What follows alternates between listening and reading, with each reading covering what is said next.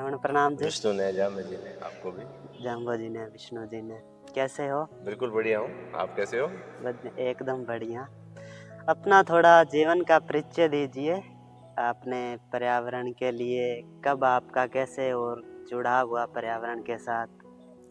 देखिए, वैसे तो मैं सिविल इंजीनियर रिटायर्ड हूँ और किसान का बेटा होने के नाते और बिश्नोई परिवार में जन्म लेने के नाते पर्यावरण से लगाव तो ऑटोमेटिकली हो जाता है। हाँ मतलब जी, पर्यावरण तो हमें घुट्टी में पिला दिया जाता है। हाँ जी, तो बाकी प्रेरणा मेरे को गुरु जाम्बोजी की जो शिक्षाएं हैं पर्यावरण से संबंधित हाँ उसी से जी। ही मिली। जैसे जीव दया पालनी रूख लीलो नहीं गावे क्या है, बात है। और जैसे मोरे धरती ध्यान वनस्पति वासु, या उन्होंने कहा कि भी हरी कंकड़ी मंडप मंडप मेड़ी में। था हमारा वासा। हाँ, और फिर जब भी अमृता देवी के बलिदान की जो 363 बलिदान की जो कहानी जब मैं सुनता था तो मेरे को उसी से प्रेरणा मिलती थी। हाँ और जो जी, अमृता देवी का जो नारा था कि विसिर छांटे रूप रहे तो भी सस्तो जान, तो इससे बचपन में मतलब प्रेरित होता रहता था। हाँ जी। तो बचपन में मुझे ज़्यादा याद नहीं है, लेकिन मेरी माँ कहती है कि जिस नीम के नीचे हमारे गांव में घर में जो नीम है वो मेरा लगाया हुआ है बचपन में। अच्छा, मुझे याद नहीं है, लेकिन मेरी माँ कहती है, तो मेरे बचपन में ही ये मेरा लगाव था। लेकिन बाद में कॉलेज में आके, जॉब में आके और फिर ज़्यादा इसकी तरफ मेरा ध्यान नहीं गया, टाइम नहीं मिला। बट मुझे पहली बार ये इसकी प्रेरणा मिली जब मैं दुबई में था। तो मेरे से बीबीसी ने सवाल किया था कि भाई हाँ जी, आपके बुजुर्गों ने किया, बलिदान दिया पेड़ों के लिए, जीवों के लिए, बहुत अच्छी बात है, बड़ा गर्व की बात है, लेकिन आप ये बताइए कि आपने क्या किया अच्छा, और अभी आप क्या कर रहे हो। तो ये जो सवाल है ना, ये हमें सभी बिश्नोइयों को इस पे सोचना पड़ेगा कि हम हमारे बुजुर्गों की जो पकी पकाई जो रोटी है वो ज़्यादा टाइम तक नहीं खा सकते हम। हाँ जी, वो हमें बताना ज़रूरी है, ठीक है, वो हमारा एक गौरवशाली इतिहास है, लेकिन हमें ये भी सोचना पड़ेगा कि उन लोगों ने तो बलिदान दे दिया पेड़ों हाँ को जी। बचाने के लिए, लेकिन हमने क्या किया ये हमें क्वेश्चंस। सोचना पड़ेगा। हम क्या कर रहे हैं, या अगर उनसे प्रेरित होके आगे हमारी क्या करने की योजना है, ये हमें ज़रूर पता करना पड़ेगा। तो हम अब देखो होना तो ये चाहिए कि हर बिश्नोई का घर हरा भरा होना चाहिए, हाँ जी, हर बिश्नोई का गांव हरा भरा होना चाहिए, हर बिश्नोई का गांव है वो जीव जंतुओं से भरा हुआ होना चाहिए, हर बिश्नोई के घर में चिड़ियाँ है, गिलहरी है, मोर है, ये जीव जंतु बेहिचक बेखौफ घूमने चाहिए। हाँ जी, तभी तो पहचान होगी। हम अगर कई बार ऐसा होता भी है मेरे साथ, जब कोई विदेशी जो मित्र होते हैं वो कहते हैं भी हम आपके गांव में, बिश्नोइयों के गांव में, आपके तीर्थ स्थलों में हम घूमना चाहते हैं। हाँ जी, तो उनके दिमाग में बहुत बड़ी इमेज होती है पर्यावरण की, लेकिन जब धरातल पे वो देखते हैं तो काफ़ी निराशा उनको मिलती है। मेरे साथ भी बहुत सारी टीमें गई है, सभी जगहों पे गई है, केजली भी गई थी। हुँ, केजली पे जब गई तो उन्होंने बोला जी यहाँ तो उतनी पेड़ों की देखभाल नहीं है, पेड़ों की सेवा नहीं है, हाँ पेड़ जी, सूख रहे हैं या पेड़ों की संख्या भी कम है, यहाँ सफाई भी बहुत कम है। तो क्या सफाई आपके नियमों में नहीं आता है? तो मुझे कहना पड़ा कि नहीं, गुरु जाम्बोजी ने सफाई के ऊपर बहुत ध्यान दिया, हुँ, तो हमें इसमें सुधार की आवश्यकता है। जब मुकाम में जाते हैं तब भी वो देखते हैं, क्योंकि बिश्नोई पंथ को हिंदू धर्म का, सनातन धर्म का एक बहुत ही महत्वपूर्ण पंथ माना जाता है। हाँ जी, तो बहुत सारे जो हिंदू धर्म के जो लोग हैं वो हमारे से प्रभावित होकर हमारे तीर्थ स्थलों पे जाते हैं। हाँ जी, जाते हैं तो वो बड़ा आश्चर्यपूर्वक देखते हैं कि बिश्नोई साहब आपके यहाँ ये तरीका हमने पहली बार देखा है कि खड़े खड़े हवन हो रहा है और आहुति जो फेंक के दी जा रही है, हाँ जी, और आहुति जो है वो पैरों में गिर रही है, नीचे गिर रही है। और इतना ज़्यादा मतलब ये एक साथ आपके यहाँ नारियल और घी जलाया जाता है कि उसका बहुत बड़ा धुआं ऊपर फैल रहा है। तो बहुत सारे, एक सुप्रीम मास्टर चैनल के नाम से है वो टीम आई थी, तो उन्होंने उसको धुएं को शूट करने से मना कर दिया। तो उन्होंने बोला कि अगर मैं इस धुएं को शूट करता हूँ हाँ तो जी, मेरी पूरी फिल्म ही बेकार हो जाएगी। कोई भी इस बात पे विश्वास नहीं करेगा कि इतना बड़ा एक साथ पैदा किया हुआ धुआं पर्यावरण को फायदा पहुंचाता होगा, बिल्कुल नहीं पहुंचाता। हम कितनी भी नॉन साइंटिफिक बातें हम कर लें कि जी हम तो इतने टन नारियल का, इतने मण घी का हम हवन करते हैं, तो लेकिन उसका नेट रिजल्ट हमें देखना पड़ेगा। तो उसमें प्रॉब्लम क्या है? देखिए, हवन में प्रॉब्लम नहीं है, प्रॉब्लम उसकी विधि में है, प्रॉब्लम उसकी मात्रा में है। हवन अगर हम गाय के शुद्ध देसी घी से, गाय के उपले से करें तो वो कभी भी धुआं पैदा नहीं करेगा। हम अपने गांव में करते हैं ना, अपने घरों में करते हैं ना, एक कमरे में हम कर लेते हैं, कभी धुआं पैदा नहीं करता है। तो वहाँ क्या होता है कि वहाँ तो एक तो नारियल हम का प्रचलन, ये जो है ना, ये बड़ा गलत प्रचलन चल गया है। नारियल में तेल होता है ना, तेल कभी भी हवन में आहुति नहीं दी जाती है। हवन में आहुति घी की दी जाती है, और वो घी भी देसी गाय का, देसी शुद्ध घी होना चाहिए। तो नारियल में तेल होता है, हम क्या करते हैं कि हमें आसानी से वो फेंकने में सुविधा देता है, इसलिए हम उसको नारियल को लेते हैं। नारियल में घी जो वहाँ दुकानें लग रही होती है, वो बहुत सस्ता घी रखते हैं। वो पूजा वाला के नाम से जो सबसे सस्ता बनावटी नकली घी होता है, वो घी रखते हैं। वो गलत चीज़ों से बना हुआ होता है। उससे हम भर के नारियल को और खड़े खड़े हम पत्थर की तरह फेंकते हैं, वो हवन नहीं। तो ये मुझे भी बड़ा अजीब लगता है कि उनकी बात का मैं जवाब नहीं दे पाता। तो मैं यही कहता हूँ कि हम इसमें सुधार करेंगे। जो कर रहे हैं वो क्या सही है और क्या सुधार हो सकता है, हमें सीखना तो पड़ेगा। देखो, हम ये सोचते हैं, घमंड करते हैं कि जी हम जो कर रहे हैं वो फाइनल है, हम जो कर रहे हैं वो उत्तम है, हम दूसरे के प्रति बिल्कुल हमें रिसर्च करनी पड़ेगी, देखना पड़ेगा जो अच्छे तरीके हैं, समय के हिसाब से जो बदलाव आए उसके हिसाब से जो बढ़िया से बढ़िया तरीके हैं उनको हमें अपनाना पड़ेगा।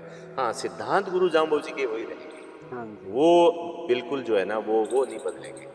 लेकिन परिवेश बदल जाएगा, परिस्थितियाँ बदल जाएगी, हमारा जीवन बदल जाएगा, लेकिन सिद्धांत वही बदला रहेगा। वो सिद्धांत रहेगा, उस सिद्धांत को एक समझ के अगर हम काम करेंगे तो अब जैसे मैं आपको उदाहरण बता दूं कि हम जामो जी का नियम तो है कि जीव दया पालनी रूंक लीलो निकाले, ठीक है, यानी कि हरे वृक्ष को नहीं काटना। अगर मैं इसको शब्दों के ऊपर ले लूं तो मैं तो दिल्ली में रहता हूँ, शहर में रहता हूँ, तो मैं तो कभी हरे वृक्ष नहीं काटता, मुझे तो कोई जरूरत भी नहीं है काटने की। तो इससे क्या मेरा फिर इस नियम का क्या हुआ? क्या मैंने उस नियम का पालन किया? मैं ये कह के बड़ा खुश रहता हूँ कि मैंने पेड़ नहीं काटा। क्या सिर्फ इसी से नियम का पालन हो गया? क्या नहीं हुआ? अगर तो दूसरे तरीके, हमें नए पेड़ लगाने पड़ेंगे। तो वो भी तो उसका तरीका है। अगर हम नए पेड़ लगाते हैं, पेड़ किसी को भेंट करते हैं, पौधा भेंट करते हैं, तो वो भी तो उसी नियम का पालन है। तो इस तरह से हमें इस वर्तमान कॉन्टेक्स्ट में देखना पड़ेगा, तब हम उनका पालन कर पाएंगे।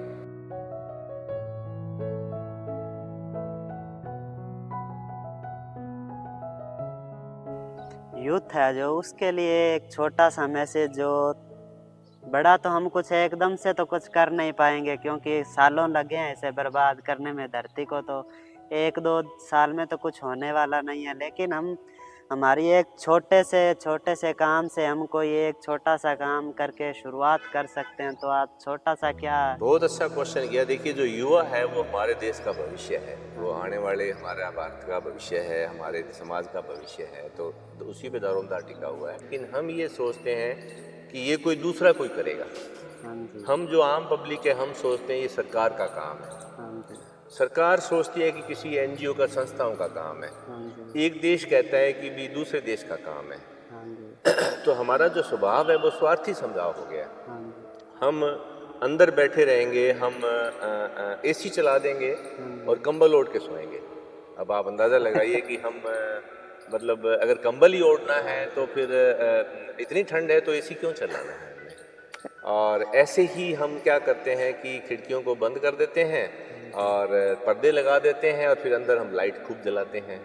तो ये तो मनुष्य का स्वभाव है। अंदर से हम अपने घर को ठंडा रखते हैं, लेकिन वो जो एसी की गर्मी है वो कहीं तो जाती है ना जी, वो वातावरण में तो फैलती है ना। तो ये कंट्रोल हो सकता है, इस कई चरणों में इसको करना पड़ेगा। एक तो अवेयरनेस, बहुत सारे लोगों को अभी भी ये पता नहीं है कि इसका दूरगामी दुष्प्रभाव क्या है, या ये अगर हो रहा है तो एक्सक्यूज मी, तो किस किस कारणों से हो रहा है। हम ये सोचते हैं कि भी हमारा क्या लेता है, हमने क्या करना है, ये तो हमारा काम नहीं है। आजकल हो क्या रहा है, पर्यावरण के नाम पे दिखावा ज़्यादा हो रहा है। आप देखते होंगे कि रोज़ कितने पौधे लग रहे हैं। तो एक बार मैं ऐसे मोटा मोटा मैं अंदाज़ा लगा रहा था कि भी अगर जितने पौधे ये सोशल मीडिया के द्वारा सरकार या संस्थाएं या हम लगाते हैं, उनका टोटल किया जाए तो उतनी तो धरती पे जगह भी नहीं है। पौधे लगाने की। हाँ जी। तो पौधों को सिर्फ लगाने की बजाय हमें कितने पौधे बड़े किए, हाँ जी, वो उसके ऊपर ध्यान देना चाहिए। हमें जो फाइनल रिजल्ट है उसके ऊपर ध्यान देना चाहिए। फिर क्या है, युवाओं को जो पर्यावरण से संबंधित संस्थाएं, भले ही हमारे समाज की संस्था हो, भले ही दूसरे समाजों की हो, उसमें जाना चाहिए। उसको ज्वाइन करेंगे तब हमें नॉलेज मिलेगा कि अरे पर्यावरण तो बहुत बड़ी चीज़ है, इसको कैसे कर सकते हैं।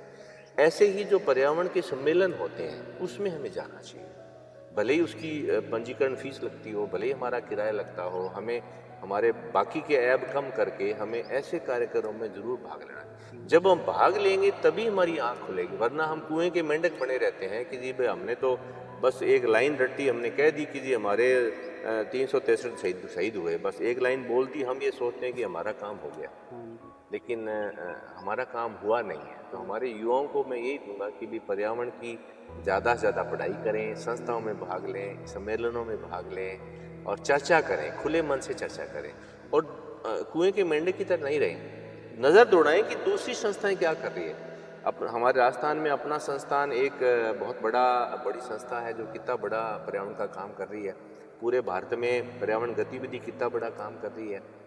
पंजाब में हरियावल पंजाब है, कितना बड़ा काम कर रहा है आपका। ऐसे बहुत सारी संस्थाएं हैं जो पर्यावरण पे बहुत काम कर रही है, तो हमें उनको ज्वाइन करके उनसे सीखना चाहिए। तो ये काम युवा ही कर सकते हैं, तो मैं तो यही कहूँगा जी। बहुत बहुत धन्यवाद जी, आपने समय दिया, आपका बहुत बहुत धन्यवाद, आपका भी बहुत बहुत धन्यवाद जो आपने इस योग्य समझा और पर्यावरण से संबंधित आपने सवाल पूछे जो मेरा प्रिय विषय है। और मैं तो ये कहूँगा कि मैंने अपना जीवन पर्यावरण के प्रति समर्पित किया हुआ है और जितना भी हो सकता है मैं जो कोई भी पूछता है मैं बताता हूँ, सीखना चाहता है मैं सिखाता हूँ, प्रैक्टिकल करके भी बताता हूँ। तो बहुत आपका अच्छा बहुत काम। बहुत धन्यवाद कि आप जैसे युवा ने कम से कम पर्यावरण के बारे में सोचा तो सही, वरना युवा आजकल तो उल्टी सीधी रील बनाते हैं, वो स्टंटबाजी करके उसकी रील बनाते हैं। मुझे बड़ी खुशी हुई कि भी आपने एक बिश्नोई होने के नाते कम से कम पर्यावरण का आपने, ये भी जो आपका काम है ये पर्यावरण का काम है। आप जो कर रहे हो, अगर पर्यावरण के प्रति आप चेतना उसकी फैलाते हो, उसकी रील बनाते हो, इंटरव्यू लेते हो, लिखते हो, ब्लॉग बनाते हो, पुस्तक लिखते हो, ये सब भी पर्यावरण में आप योगदान कर रहे हो। आप जाम्बो जी के नियमों का पालन कर रहे हो, क्योंकि देखिए सारे काम एक आदमी सारे एक साथ तो कर नहीं सकता। तो हर आदमी अपने अपने स्तर पे अपनी सीमा के हिसाब से, अपने नॉलेज से, ज्ञान से, शिक्षा से, बैकग्राउंड से जो कुछ करेगा, लेकिन पर्यावरण से संबंधित करेगा तो वो बहुत बड़ा योगदान हो जाएगा। तो आपका बहुत बहुत धन्यवाद जो आपने ये पर्यावरण के प्रति आपने सोचा और आपने ये प्रोग्राम आपने रिकॉर्ड किया। आपका बहुत बहुत बहुत